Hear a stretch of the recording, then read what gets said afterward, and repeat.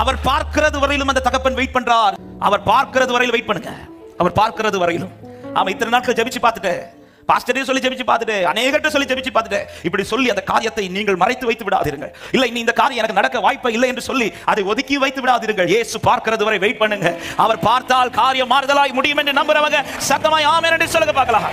சில உள்ளத்தை பார்த்து கத்துக்கு, இது எத்தனை ஆண்டு பிரச்சனை, இது எத்தனை நாள் பிரச்சனை நீ சந்தித்துக் கொண்டிருக்கிறா, இது எத்தனை நாள் பிரச்சனை நீ பார்த்துக் கொண்டிருக்கிறா.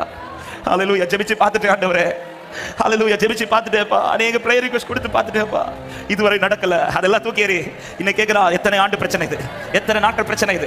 இந்த பிரச்சனை உங்க கையை விட்டு அவர் கைக்குள்ள போக போகிறார். இந்த காரியம் இதுவரை உங்க கைக்குள்ள இருந்தது, இப்பொழுது அவர் கை வைக்க போகிறார். அவர் கை வைக்க போகிறார். பல ஆண்டுகள் நடக்காதது இந்த நாளிலே நடக்க போகிறது.